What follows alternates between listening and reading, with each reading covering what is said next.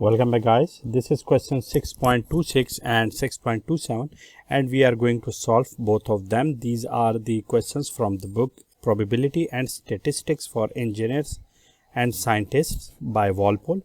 And first of all, let us look at question 6.26. The statement of it is a process yields 10% defective items. Okay, so there are 10% defective items. If 100 items are selected randomly from the process, what is the probability that the number of defectives A exceeds 13, B is less than A? Okay, so here this is again the approximation problem in which the probability here we have is given and the probability is 0.1 and the number of items here are 100. Okay, so therefore the mean value for the binomial probability is NP. So the value of N is 100 and P is 0.1. So multiplying them I will get 10. Okay, similarly the value of the standard deviation is NP 1 minus P whole square root. Okay, so let me put all these values here. The value of N is 100. The value of P is 0.1 and that is 1 minus 0.1, which will be what? Which is 0.99 whole square root. Okay, so if we find it out, the answer of it will be 9.9 square root. So it will be what? Square root of 9.9.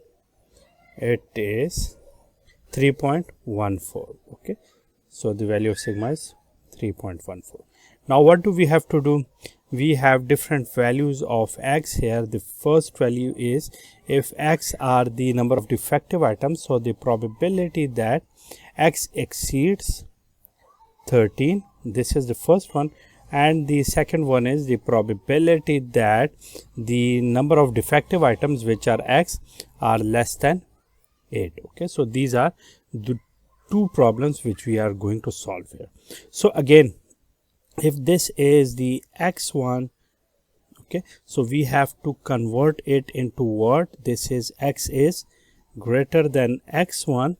We have to convert it into the value which is z1. Okay, but to convert this one into z1, first we have to perform some correction, because here we have to convert the binomial approximation from the normal probability distribution, and this one is greater than this. So it will be what? This x1 will be 13 plus 0.5. So it will be x1 is 13.5. Okay, so this is the approximation. So therefore now in order to find the value of z1, that is x1 minus mu divided by sigma, so x1 is 13.5 minus mu, that is 10 divided by 3.14. okay, so doing it will be 3.5 divided by 3.14, so it will be 3.5 divided by 3.14. The answer of it will be 1.11.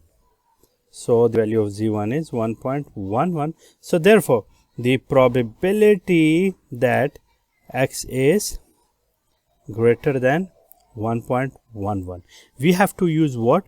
We have to use the z distribution table for this one, but we have to keep it in our mind that the z distribution is for the x is less than or equal to z1, and then you will have to find out the phi of z1, but this one is not in this form. So therefore what do I have to do? I will find out the value that x is less than or equal to 1.11 and then subtract it from 1, and in that way I will get the value which is in this range. Okay, so let me find it out. It will be 1 minus probability that x is less than or equal to 1.11. so let me find out the value 1.11 there, 1.11. okay, so let me find out plus 1.1, this one is 1.1, and the value attached with it is, this is the 0.01 column, so the value of it is 0.867, 0.867, and the answer, when it will be subtracted from 1, it will be 1 minus 0.867, so it will be 0.134, 0.134. That is the answer of part A, which is here 0. Let me use this color for it, 0.134. This is the solution of it. Now to solve part B of it, here we have x is less than 8, so therefore we have to do again the approximation here, and here in approximating it we have to subtract 0.5 from it, so it will be x is less than 7.5. okay, because this is the approximation or the continuity correction, so therefore it will be 7.5. now in order to solve it, we have to do what? Let me remove all those things first. Okay, so now in this problem we have here probability that x is less than 7.5, which has to be transformed into the probability that x is less than z1, or let me call it z2. so to find out the value of z2, we have here x2 minus mu divided by sigma. All the values will remain the same. Well, the value of x2 is 7.5. the value of mu is already known, that is 10, divided by 3.14. okay, it will be minus 2.5 divided by 3.14. solving it, we will get what? 2.5 divided by 3.14. here the answer is 0.796 minus 0.796. so ultimately putting it here, we will have to find what? We will have to find the probability that x is less than minus 0.79. let me put it in this way. okay, so now that is now minus 0.79 using the table here. so minus 0.7 is where? Minus 0.7 is this one, and for it the last one here is this one. so that is for, yes, this column is for 0.09, so minus 0.215. okay, so that is 0.215, and that is basically the solution of part B of my question. so you have seen that how have we converted the continuous variables into the discrete ones, and how to do it vice versa.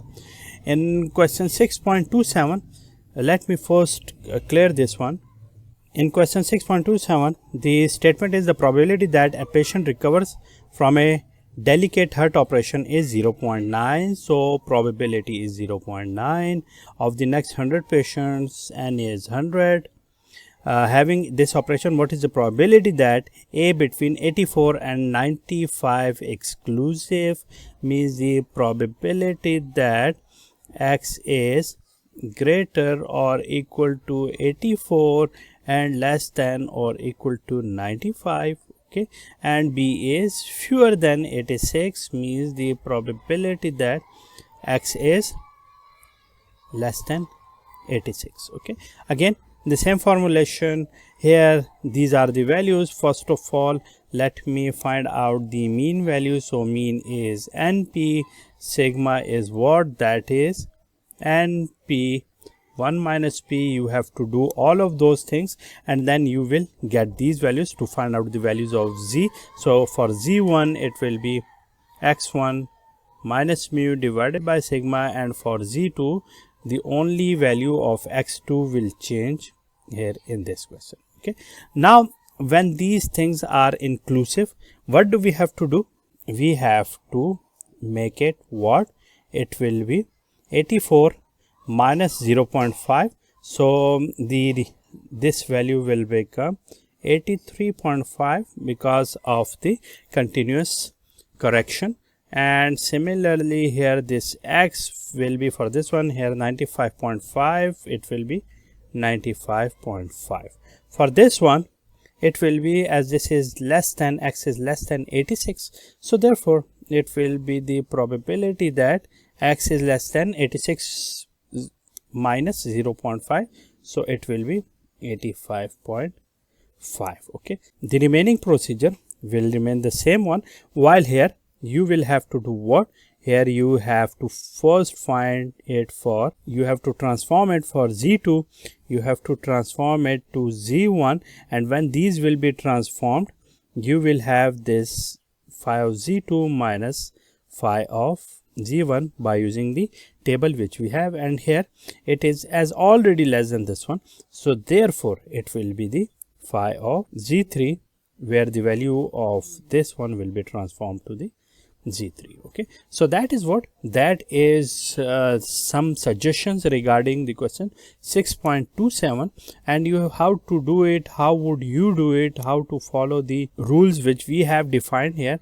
You first give it a try, and if you guys have any ambiguity regarding the solution, I will solve it again here. So that's it for today. Again, if you guys have any ambiguity, any issues regarding the solution of these questions, please ask me in the comment box. See you soon.